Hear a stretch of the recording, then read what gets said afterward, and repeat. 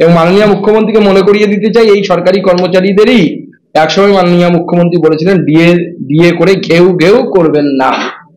তো সেই জন্য মনে হয় যে 4% ভিক্ষা একটা ছুড়ে দেওয়া হলো কোনো রকমের সরকারি কর্মচারী এবং শিক্ষক অশিক্ষকদের সামনে। এবং এই মুখ্যমন্ত্রী, আমি তাকে মনে করিয়ে দিতে চাই যে বামফ্রন্ট যখন ক্ষমতায় ছিল, সেই বামফ্রন্ট ক্ষমতায় থাকার সময় মাননীয় মুখ্যমন্ত্রী বলতেন যে যদি সরকারের ডিএ দেওয়ার ক্ষমতা না থাকে কেন্দ্রীয় হারে, তাহলে সেই সরকারের ক্ষমতায় বসে থাকার কোনো অধিকার নেই, অর্থাৎ ক্ষমতা ছেড়ে চলে যেতে বলছেন। আমরাও সেই একই কথা বলছি মাননীয় মুখ্যমন্ত্রী, আপনার কথা শুনেই বা আপনার কথাকে ধার করে নিয়ে বলছি যে আপনি সরকারটা ছেড়ে দিন, বিজেপি সরকার তৈরি হওয়ার পরে আমরা কেন্দ্রীয় হারে আমরা ডিএ দেব, কেন্দ্রের সাথে অ্যাড পার, যেরকম বর্তমানে বহু রাজ্য আলাদা করে ডিএ ঘোষণা করে না, কেন্দ্রের ডিএকেই ডিএ হিসেবে মেনে নেয়, সেইভাবে আমরা এগোবো। মাননীয় মুখ্যমন্ত্রীর কাছ থেকে আমরা আশা করেছিলাম যে উনি লক্ষ্মীর ভান্ডার বাড়াবেন, তবে সম্ভবত সেটা তিনি ভোটের জন্য রেখে দিয়েছেন, ভোটের আগে উনি মাস্টার স্ট্রোক হিসেবে সেটাকে হয়তো ব্যবহার করবেন। কিন্তু আমরা এখনো পর্যন্ত বুঝতে পারলাম না যে গোয়াতে গিয়ে আমাদের মাননীয় মুখ্যমন্ত্রী এবং তার দলবল বলে এসেছিলেন যে গোয়াতে ক্ষমতায় এলে, তৃণমূল কংগ্রেস ক্ষমতায় এলে গোয়ার যে সরকার তৈরি হবে তারা 5,000 টাকা করে লক্ষ্মীর ভান্ডার দেবে। তো পশ্চিমবঙ্গের মহিলাদের সাথে এই বঞ্চনাটা কেন? গোয়ার মহিলাদের জন্য মুখ্যমন্ত্রী যদি দরাজ হয়ে 5,000 টাকার লক্ষ্মীর ভান্ডার ঘোষণা করতে পারেন, তাহলে পশ্চিমবঙ্গের এই 1,000 আর 1,200 টাকার 1,500 টাকার মধ্যে ঘুরবে, 1,000-1,200 টাকার মধ্যে কেন লক্ষ্মীর ভান্ডার ঘুরছে? মায়ের চেয়ে কি মাসির দরদ বেশি? আমরা কি সেটাই দেখতে পাচ্ছি? যে গোয়ার মহিলাদের জন্য আমাদের মাননীয় মুখ্যমন্ত্রীর যে দরদ, সেই দরদ কিন্তু পশ্চিমবঙ্গের মহিলাদের জন্য আমরা দেখতে পাচ্ছি।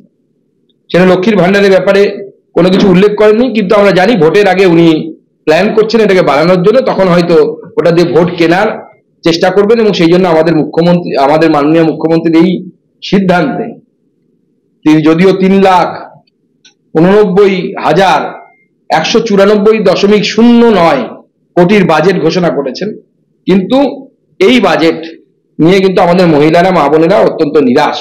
এবং আমার মনে হয় যে বিজেপি ক্ষমতা এলে আমরা যে প্রতিশ্রুতি দিয়েছি যে অন্নপূর্ণা ভান্ডারের মধ্য দিয়ে আমরা মা বোনেদের হাতকে শক্ত করার জন্য, গরিব মহিলাদের হাতকে শক্ত করার জন্য যে 3,000 টাকা দেওয়ার কথা চিন্তা ভাবনা করেছি, তা আগামী দিনে আমাদের বিজেপি সরকার 26-এ যখন গঠন হবে, আমাদের মুখ্যমন্ত্রী শপথ নেওয়ার পরই সঙ্গে সঙ্গে পরের দিন আমরা সেটা লাগু করব। এবং শুধু তাই নয়, এই বাজেটে আমরা কোনো এই ধরনের রূপরেখা দেখতে পেলাম না, যেটা আমি প্রথমেই শুরু করেছিলাম যে কর্মসংস্থান। মাননীয় মুখ্যমন্ত্রী লক্ষ লক্ষ টাকা খরচ করে প্রতি বছর বিজিবিএস করছেন, বিজনেস গ্লোবাল সামিট করছেন, কিন্তু তার ফলে পশ্চিমবঙ্গে কত টাকা ইনভেস্টমেন্ট এলো তার কোনো শ্বেতপত্র আমরা কিন্তু দেখতে পাচ্ছি না। আমরা দেখতে পাচ্ছি বিভিন্ন শিল্পপতিরা আসছেন, তারা এসে মাননীয় মুখ্যমন্ত্রীর সাথে ছবি তুলেছিলেন। গত বছর এক শিল্পপতি এসেছিলেন, আজকে ভারতবর্ষের অন্যতম সেরা শিল্পপতিদের মধ্যে থেকে এবার যারা এলেন তারা এলেন, কিন্তু তার ফলে যে ইনভেস্টমেন্ট আসার কথা সেই ইনভেস্টমেন্ট এলো না। উল্টে দেখলাম মাননীয় মুখ্যমন্ত্রী লন্ডনে গিয়ে সৌরভ গাঙ্গুলিকে ধরে আনলেন, যে সৌরভ গাঙ্গুলি নাকি সেখান থেকে ইস্পাত কারখানা খুলবেন শালবনীতে। লন্ডনে না প্যারিসে, কোথায় ধরলেন? স্পেনে ধরেছেন। স্পেন থেকে গিয়ে তিনি ধরে এনেছেন, ধরে বললেন যে সৌরভ গাঙ্গুলি নাকি ইস্পাত কারখানা খুলবেন, এবং সেই ইস্পাতের যা বাজেট দিলেন তাতে পেরেকের কারখানা ছাড়া আর অন্য কিছু তৈরি হবে বলে আমাদের মনে হয় না। এবং তার ফলে এই রাজ্যে বেকারদের সংখ্যা যেভাবে একের পর এক বেড়ে যাচ্ছে, মাননীয় মুখ্যমন্ত্রী দেউচা পাচামির কথা বলেছেন।